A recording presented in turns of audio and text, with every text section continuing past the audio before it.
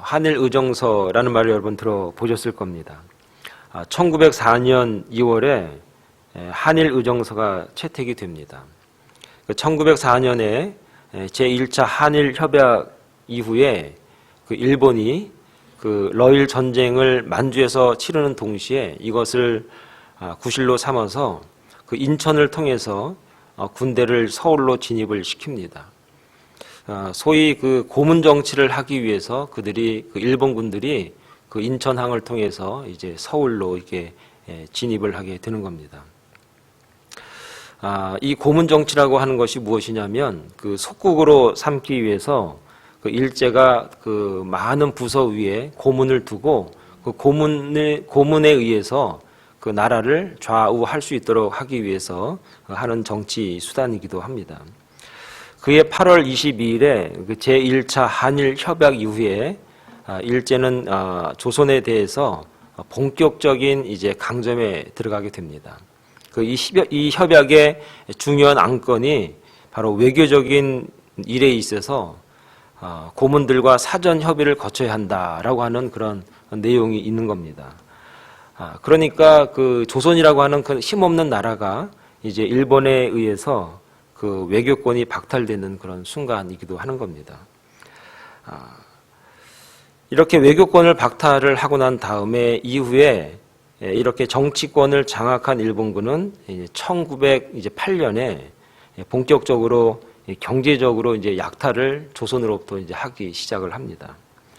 이때 세워진 회사가 하나 있는데 동양척식 주식회사라 하는 회사를 이제 세우게 됩니다. 여러분이 잘 알고 있는 영국의 동인도 회사와도 이제 거의 흡사한 그런 회사가 이제 조선에 세워지게 되는 겁니다. 이 동양척식 주식회사라고 하는 이 회사가 하는 주요한 일들이 무엇이냐 하면은 내용들은 조선의 자본과 토지를 착취하기 위해서 세워진 회사입니다. 그리고 1910년부터 이 동양척식 주식회사를 통해서 이제 조선의 모든 토지를 이제 조사하기 시작합니다. 그래서 토지 조사를 이제 단행합니다. 그리고 조선으로 이민 온 이 자국민들, 일본인들에게 이 토지 조사 이후에 무상으로 토지를 불화하거나 정책적으로 일본인들이 정착할 수 있도록 이 토지들을 이제 일본 사람들에게 이제 나눠주게 되는 겁니다. 1920년대까지 이제 거의 대부분의 모든 토지를 이제 동양척식 주식회사로부터 일본 정부가 다 사들여서 이제 불화하고 이제 정리를 다 이제 끝마쳐 놓습니다.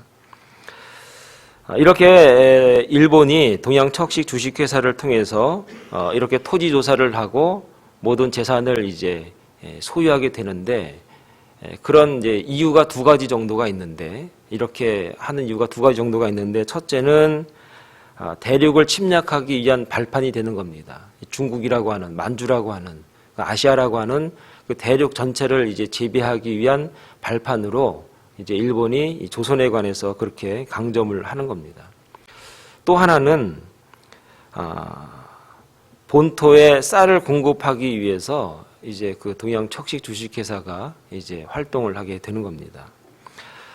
여러분이 잘 알다시피 이렇게 일본이라고 하는 나라가 과거에 조선에 대해서 억압하고 약탈을 하게 되는데 이렇게 악랄한 정도로 아주 수탈을 하게 되는데 이렇게 조선에 있는 모든 곡식들을 이제 수탈해 가기 위해서 만들어 놓은 항구가 이제 그때 두 군데가 있습니다. 하나가 목포항이고 또 하나가 군산항입니다.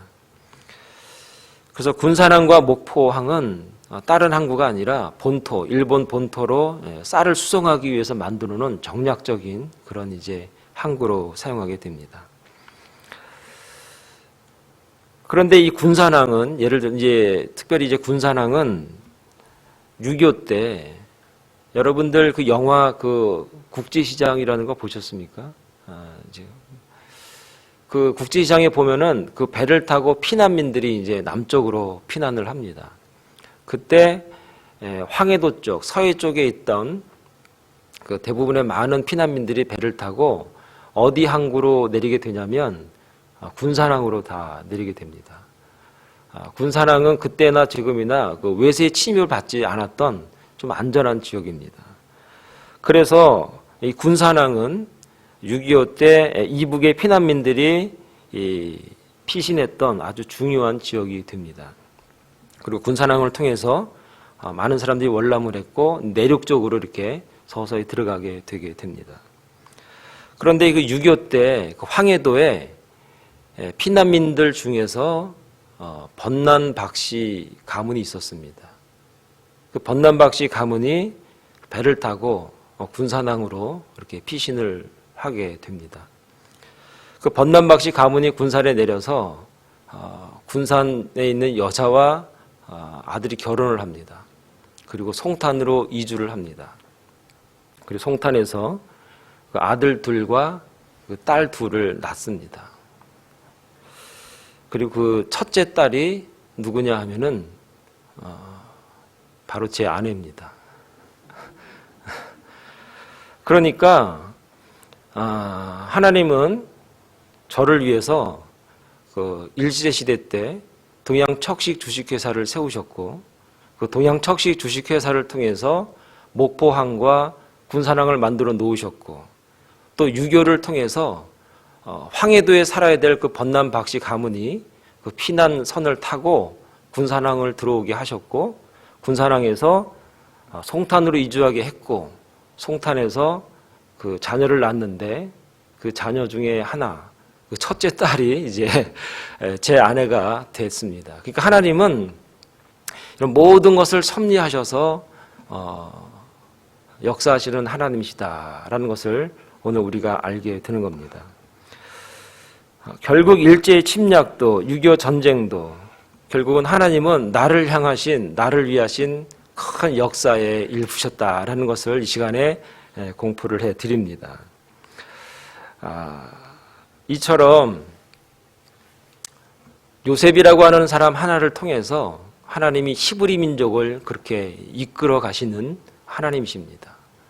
그런데 오늘 요셉이 그 과거의 일제가 조선으로부터 약탈해 나갔던 조선으로부터 약탈해 갔던 그 정책 쌀이란 쌀은 한 털도 남기지 않고 다 수거해서 본토로 가지고 갔던 그 일제의 정책과도 흡사한 정책을 하나 쓰는데 일명 요셉의 곡물 정책이라 하는 겁니다.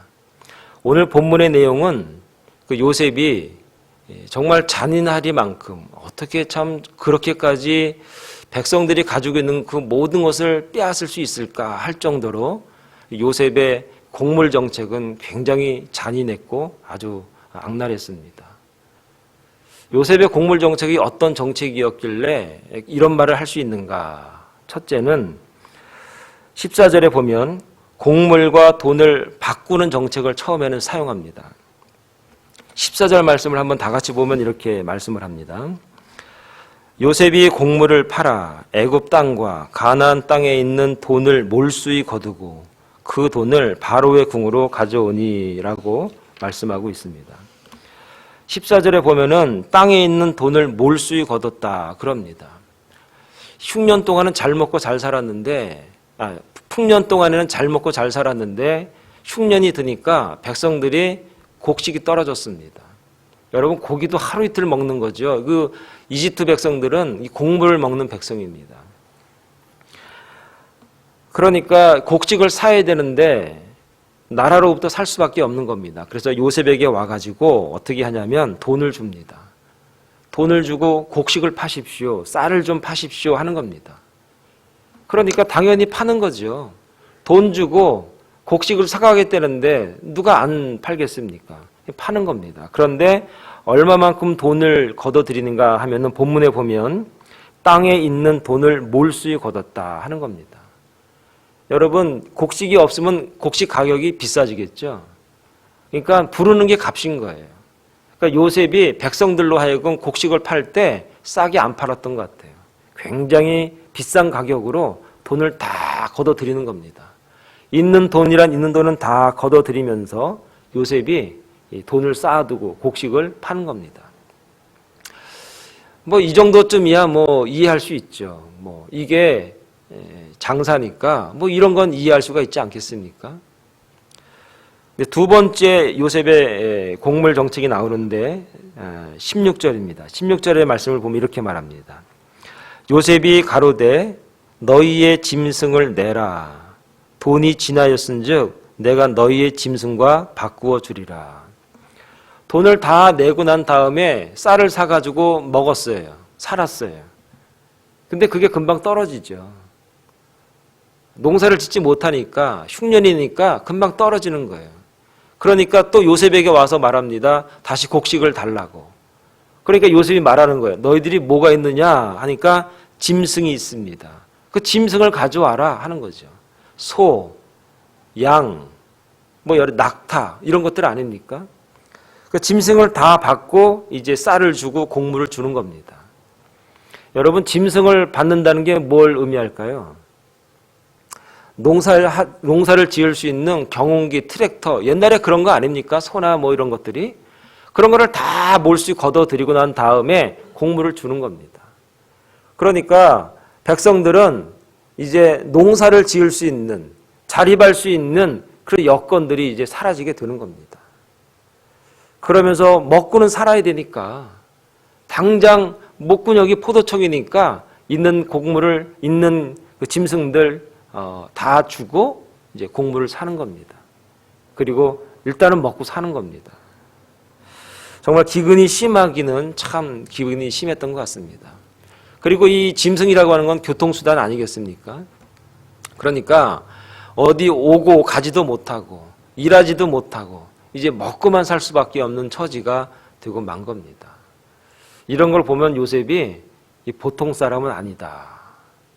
요셉이 말이지 이민 와가지고 돈 벌기 시작하고 돈 맛들이니까 이거 보통 아닌데 이런 말 나올 법도 하죠. 왜 요셉이 이런 사람일까? 우리가 알고 있는 요셉은 이 정도는 아니었을 거고 우리가 알고 있는 요셉은 하나님 잘 믿는 사람인데 어떻게 백성들이 가지고 있는 거라고 하는 것 자립할 수 있는 능력까지도 다 빼앗을 수 있을까 하는 말 할 수 있죠. 그런데 요셉이 거기서 끝나는 게 아닙니다. 그 곡식도 다 떨어지니까 어떻게 했는가? 백성들이 또 요셉을 찾아옵니다. 그리고 나서 19절의 말씀에 보면 이렇게 말씀이 있습니다. 우리가 어찌 우리의 전지와 함께 주의 목전에 죽으리이까?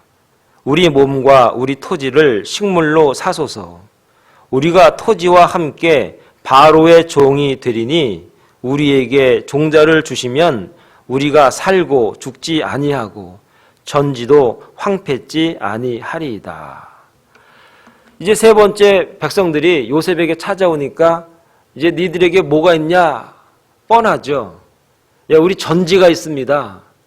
우리가 땅 갈고 식물을 길렀던 전지, 땅이 있습니다. 밭이 있습니다. 그래? 그거 다 가지고 와 하는 겁니다. 또 뭐가 있는데 이제 우리 몸밖에 없습니다. 몸. 전지와 토지와 몸 다 가지고 와. 다 가지고 와. 그러면 곡물을 줄게. 먹을 걸 줄게 하는 겁니다. 그러니까 백성들이 할 수 없죠. 살려니까 먹고 살아야 되니까 땅도 갖다 주고 자기들이 가지고 있던 산 뭐 다 갖다 줍니다. 그리고 또 하나 내 몸도 바로의 종이 되겠습니다 하는 각서를 다 받고 몸까지도 받는 겁니다. 그리고 난 다음에 곡물을 주는 겁니다. 왜 이렇게까지 할까? 왜 이렇게까지 백성이 가지고 있는 모든 곡물과 곡식과 땅과 전지와 그리고 몸까지도 다 빼앗는가? 이거 너무하는 거 아닌가? 이거 하나님 믿는 사람이 이렇게 악랄해도 되는가? 할 수 있죠. 왜 그랬을까요? 왜 이렇게 요셉의 곡물 정책이 잔인하리만큼 이렇게 백성들에게 가지고 있는 모든 소유를 다 빼앗는 정책을 썼을까? 결론부터 말씀을 드리자면 다 살려주려고. 다 살려주려고. 자, 그 근거로 오늘 말씀에 창세기 41장 48절에 보면 이런 말씀이 있습니다. 요셉이 애굽 땅에 있는 그 7년 곡물을 거두어 각 성에 저축하되 각 성 주위에 밭의 곡물을 그 성 중에 저장하매 라고 말합니다. 창세기 41장에 나와 있는 48절 49절에 나와 있는 그 말 중에 가장 중요한 단어가 뭐냐면 각성이라는 단어입니다. 요셉이 곡물을 풍년이 들었어요. 곡물이 아주 끄덕끄덕하게 거칩니다. 그때 한 군데에다가 모든 걸 저장해 놓지 않고 각 성에다가 저장을 해 둡니다. 그러니까 나라가 있으면 대구에도 저장해 놓고 저 부산에도 저장해 놓고 강원도에도 저장해 놓고 각 성에다가 저장을 해 놓습니다.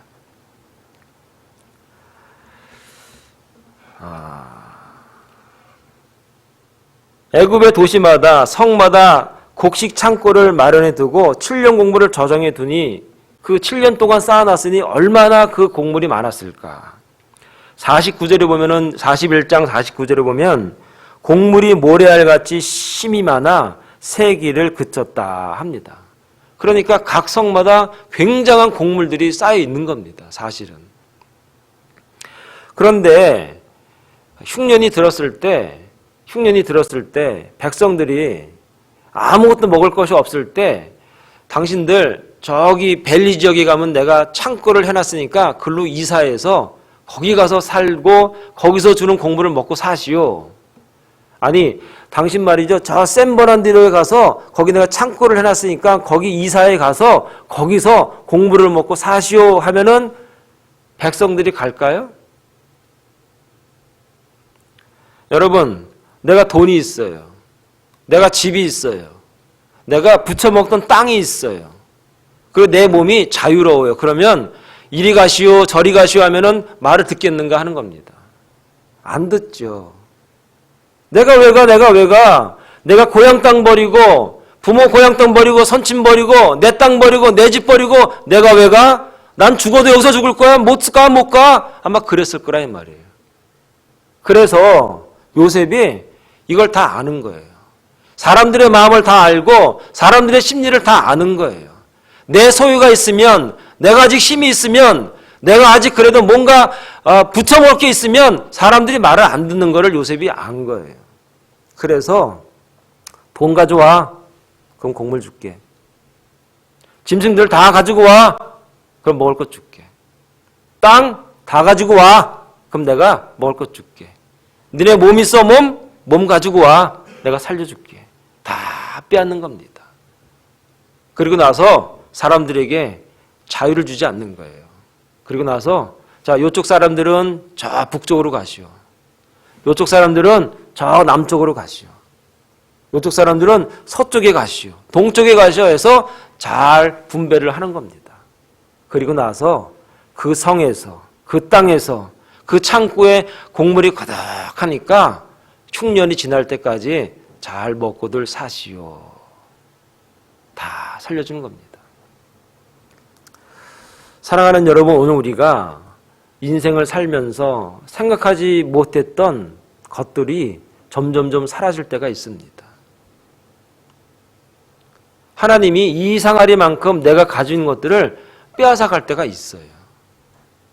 내 힘도 빼앗고 물질도 빼앗고 여러 가지 고난과 역경을 가지고 내가 가지고 있는 것, 내가 소중히 여기는 것, 버릴 수 없는 것, 꼭 가지고 있어야 되는 것들을 하나님이 가져갈 때가 있다 이 말이에요. 왜 그럴까? 교회가 말이죠. 이 상아리만큼 하나님이 힘을 쫙쫙 뺄 때가 있어요. 한국 교회뿐만 아니라 미국 교회에 어려움이 많습니다. 교회마다 시험이 많습니다. 그래서 교회가 힘을 잃어버려요. 내가 정말 그동안에 의지하고 있었던 것들을 하나님이 이 상아리만큼 하나씩 가지고 갈 때가 있다 이 말입니다. 왜 그럴까? 다 살려주시기 위해서다.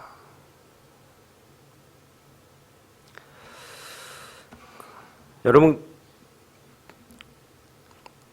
한국 방송 많이 보시죠? 한국 방송. 한국 방송 중에 여러분들 그 K-팝 스타 이런 거 보세요? K-팝 스타? 뭐 웃는 분들은 보시는 것 같고. 저는 K-팝 스타를 이렇게 봐요. K-팝 스타라는 게 뭐냐면 그 아이들 오디션 보는 거예요. 오디션 보기 위해서 잘하는 애들 이렇게 상 주고 뭐 1등하고 이러면은 뭐 가수 데뷔시켜주고 뭐 그런 프로그램이 있어요. 아주 드라마틱하게 아주 잘 만들어요. 근데 저는 그 오디션 프로그램을 이렇게 보는 이유 중에 하나가 뭐 아이들 노래 부르는 거 이런 거 그것도 좋지만 그 심사위원들의 그 심사가 굉장히 제 마음을 좀 끌 때가 많습니다. 근데 거기서 어떤 심사위원이 이런 말을 해요. 그 노래를 잘한 아이한테 내가 보기엔 노래를 굉장히 잘했는데 그 아이에게 이러더라고요. 힘 빼라고. 어깨에 힘이 너무 많이 들어가서 원래 더 좋은 목소리가 나올 수 있는데 힘이 들어가가지고 이상한 소리가 나온다고. 그러면서 그 사람이 하는 말이 이래요. 원래 신은 사람의 몸에 가장 아름다운 소리를 나올 수 있도록 만들어 놨다고, 사실은. 그런데 사람들이 더 잘하려고, 더 아주 이쁘게 부르려고 몸에 힘을 주고 막 그런 욕심이 생기다 보니까 이상한 소리가 나오더라 이 말이에요. 그러니까 몸에 힘 빼라고.